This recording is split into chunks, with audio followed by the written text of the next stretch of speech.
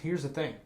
If you're going into something, don't do it alone. Dude, yeah, for sure. Please don't do it alone. Like, it will set you back years. It will make the learning curve so much harder, and it will damage your mental health. Mm-hmm. That's coming from experience. Is this thing on? Hey everybody, hope you're staying healthy. Today I have the head engineer from Culture on High, Hash. Hash, how you doing, buddy? Doing good. Hanging out. Great to see you. Great to see you. Great. Good to see you too, man. It's been a while. So, I've heard you've been making music with people in Europe. Why don't you tell me a little bit about that? Ooh, who told you that? Yeah, I got sources. You got sources? All right. So Europe, specifically the UK, basically I've been working with this guy named Wasif for a long, long time. Since I was like 16 or 17, 25 now. So he's essentially been the guy that I would always trust with, like, hey, does this beat bang? Does this mix sound good? What are some ideas you have? Da-da-da-da-da. And essentially, when I was young, I obviously wasn't, amazing at producing, mixing, engineering when I first started. So it was really nice to have him kind of take me through a little bit of the processes and eventually, actually, recently, like 3 or 4 months ago, I've been working with him for so long, but 3 or 4 months ago, he's like, I'm gonna rap on your beats now. I'm gonna get your beat placed in with other artists now. Word. So we decided to create a joint identity called the Enjinz, Enjinz. Our album is done. It has my first recorded raps on it, my first few written verses, like actually recorded. Mm-hmm. But I've been actually like writing and practicing rapping since I was very, very, very young. When I got into my teen years, though, having that help from Wasif was very, very like crucial to what I do. To He everything like mentored you? Yeah, he definitely mentored me. I have a music mentor and I have a business mentor. And now it's at the point where I have beats on like 7, 8 albums of people who I haven't even met. They're in Europe. Oh, I don't know them or anything. How much older is he than you? Or is he older than you? He's in his early 30s. Okay. So he's not much older than me. But his experience is ridiculous. He has been doing hip hop like on stages, making music, recording his stuff since like 15. Oh wow. So he's got a good 15, almost 20 years of experience doing this. I have 12, maybe 11. So, yeah. But yeah, dude, there's a lot actually coming out. I honestly think I have more music coming out of Europe than I do out of Morgantown. Oh really? Yeah. I mean, obviously, this year. Mm-hmm. So, this year I've made probably around, 200 to 400 songs at Culture. Wow. And right now I'm on like 150 songs in the UK. When can we expect that project from Enjinz to come out? I have no clue. No. That's a really good question. Yeah.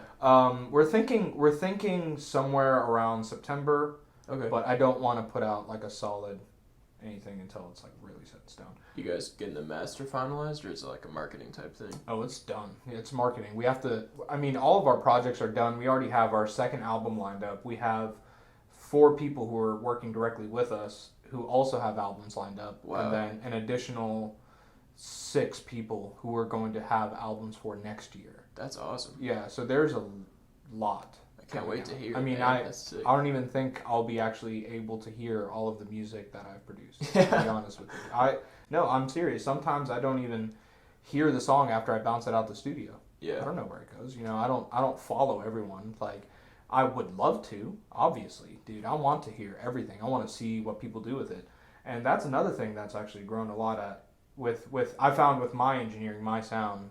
A ton of my clients have like been racking up plays, and it's not just pay for promo stuff. It's like people actually are taking notice, and they're really helping the music scene here grow. So if I had not had ties in the UK, if I had not had those ties, I don't think I could do Culture. It's probably good to see your music starting to get some recognition, especially if you've been grinding away for this long. Dude, it's nice. It's very nice. It's very comforting. It lets me know that I'm on the right path. Yeah. Which is hard. Yeah, and it also doesn't let me forget where I came from, which I think is very, very important. Because when I see somebody who has 20,000 plays on a song that I mixed, I could be like, I remember when I mixed a song, put it out, and they only had 20 plays. Yeah. So it kind of keeps me humble too. I feel like a lot of people let plays, streams, and follows get to their head, and they focus too much on it. Because Instagram's not going to matter in 10 years. The hype. Yeah, it's very hyped. And I know people said the same thing about Facebook. Oh, Facebook's not going to matter in 10 years. But like, what I do, I like social media. It's a very useful tool to help people grow.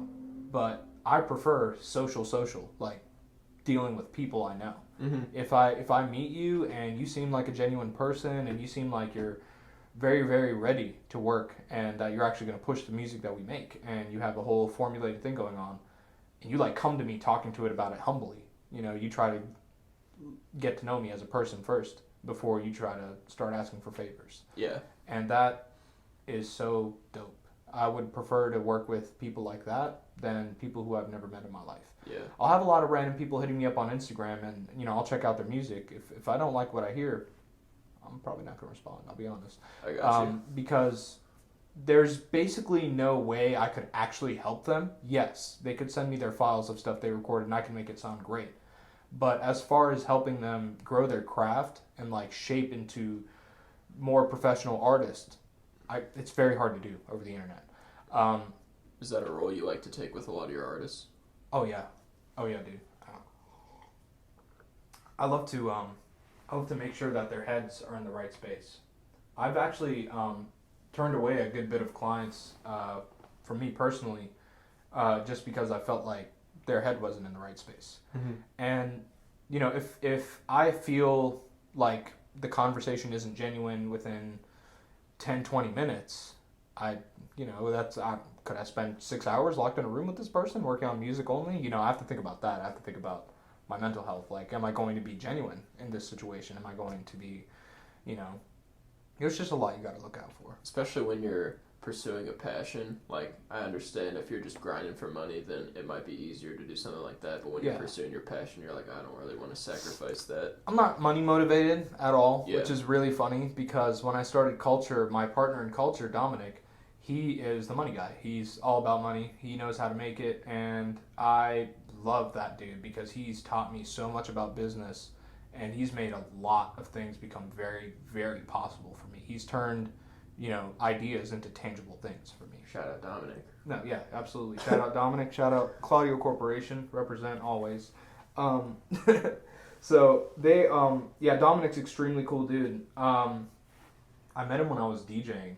I started DJing when I was 15. Yeah, I was going to ask you about that, actually. Yeah. Oh, go ahead. Yeah. No, I mean, keep going, but like, how did you just first get into that?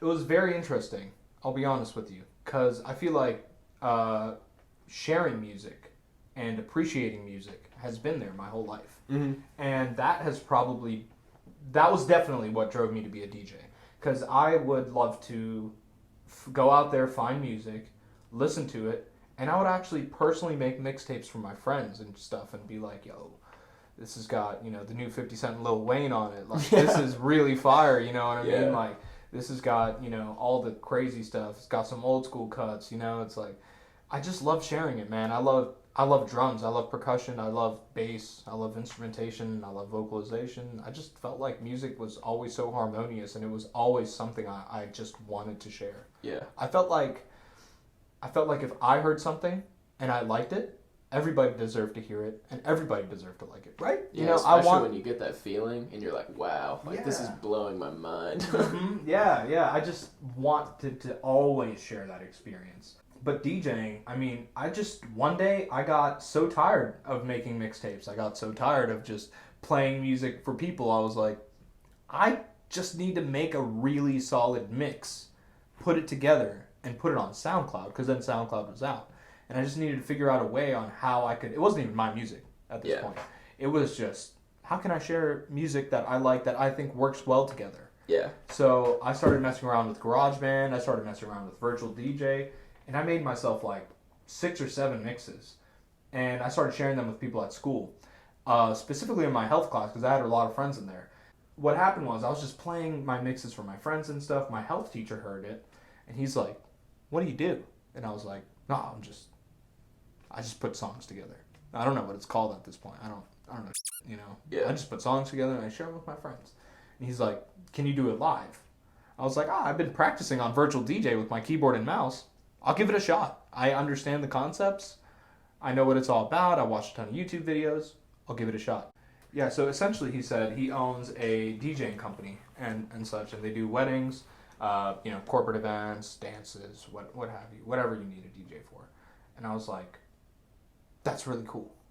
I want to do it. I was already in it. I was like 15 at this time. Mm-hmm. So he had to talk to my parents and everything because we had to travel and whatnot.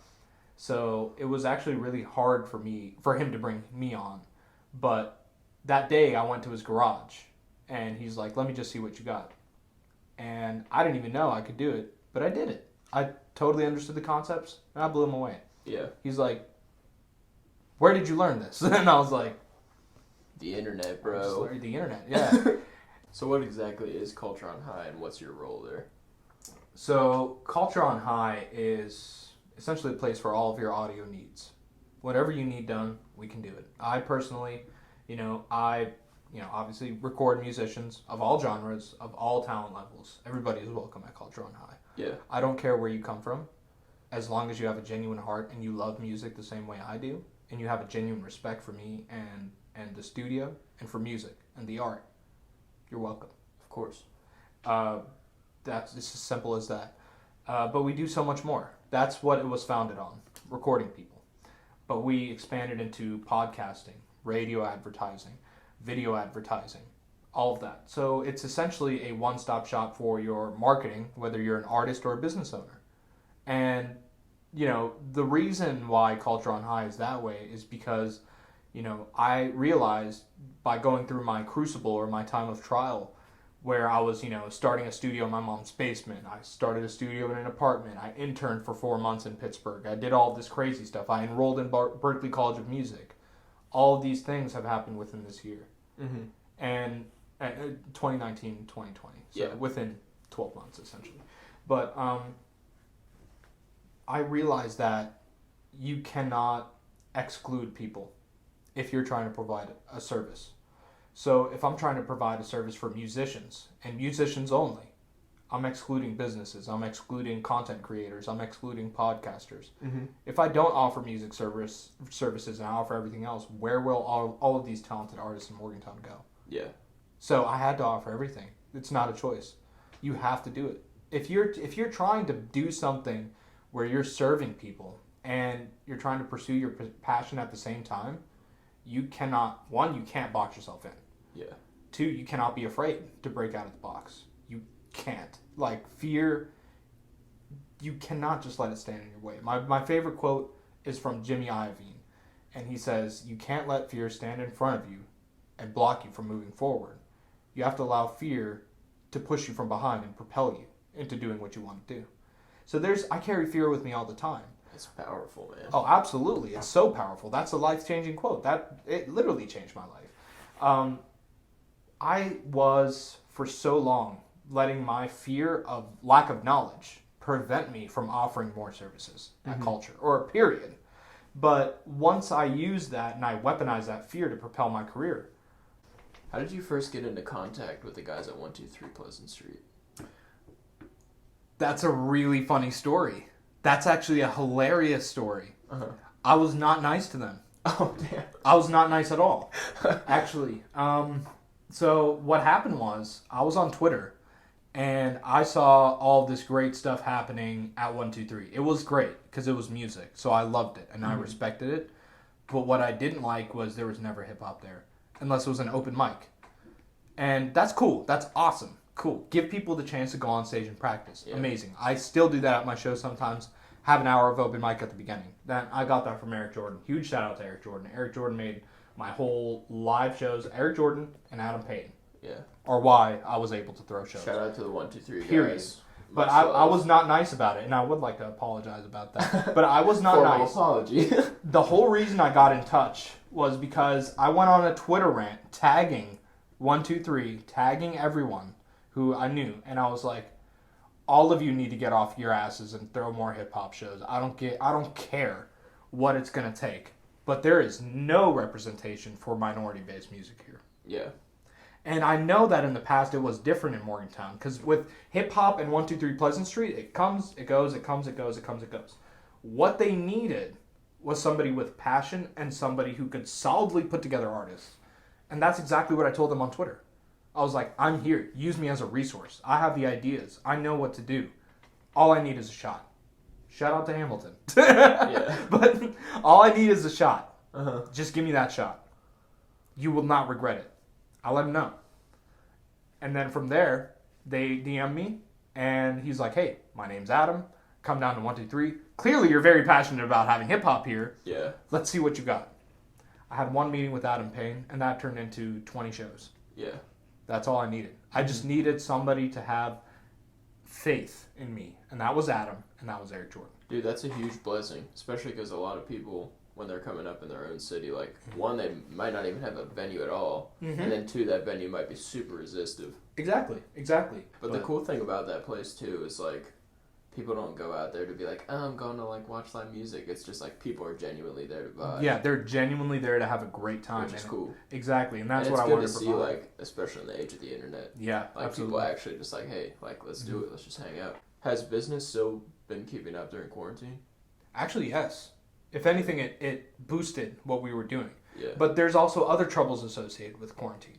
So, gotta wipe down the studio and all that. Yeah, absolutely. Just, you got to take care of your clients. You need to watch out for them. Because they trust you. Yeah, exactly. And, you know, out of everything, I'm the one who got COVID. Mm-hmm. So when that happened, I made every move I possibly could to make sure everybody was safe. Yeah. I put in every rule recommended by the CDC. Check them out on Instagram. Follow Culture on High on Instagram. As always, I'm Sam. This is Hash. You guys take it easy.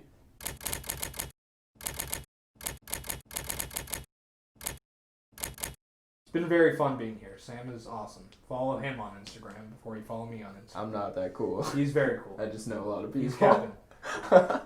I love you, bro. Love you too, It's man. just so dope, man. It's so dope. Just doing this shit. I love that. I love that you took that step. Gotta take initiative. I want to talk about you. Take initiative. Take initiative. And that's how I threw my first shows, was on their In Touch music group. It's because Sam helped me with that.